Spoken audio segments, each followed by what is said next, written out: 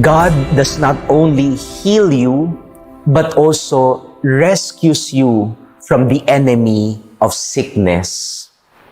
My dear brothers and sisters, the psalm for today is really a song of praise for healing from a grave illness. The psalmist correctly describes sickness as an enemy, pulling him down to the pit.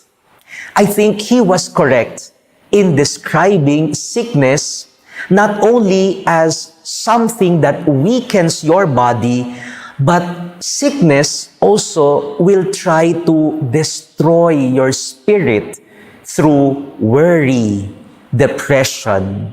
That is why he calls sickness as an enemy. I remember my own bout with COVID-19. I was one of the first patients of COVID-19. I had the sickness in August of 2020.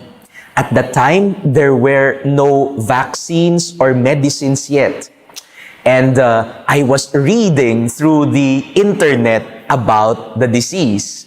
You know, my dear brothers and sisters, I think it is not the virus, but the worry who made me more sick. My body may already be healing, but it is being pulled down by fear and anxiety.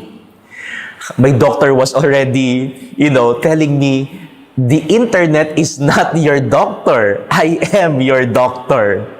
My dear friends, do not allow the enemy to pull you down to the pit. If your body is sick, do not allow the enemy of sickness to pull down even your spirit.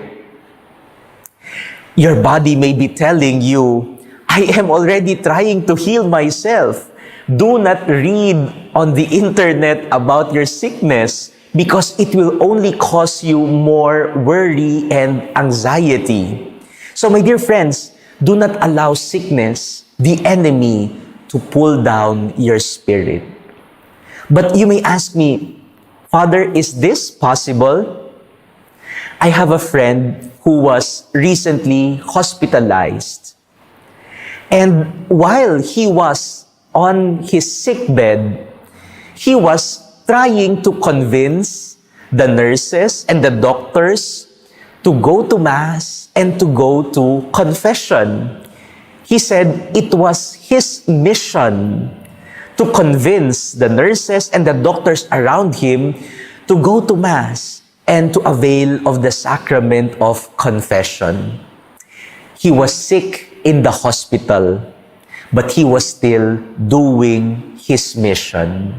And he said, Father, even if I was lying on my sickbed, I was so happy that I was able to convince one doctor, I was able to convince my nurse to go to confession or to celebrate the Mass for me. Even if he was sick, lying on his sickbed, his spirit was strong. He was still doing his mission. How many of us are strong in our bodies, but weak in our spirits? My dear brothers and sisters, let us ask the Lord, therefore, not just to heal our bodies, but according to our psalm today, to rescue us from the clutches of the enemy of sickness that will not just weaken our body, but the enemy of sickness that will try also to pull down our spirits. Let us hold on to the promise in the psalm. The promise is this: He will turn your mourning into dancing. You may be lying down now in bed because of sickness, but tomorrow, God promises, you will be dancing in joy, praising the Lord.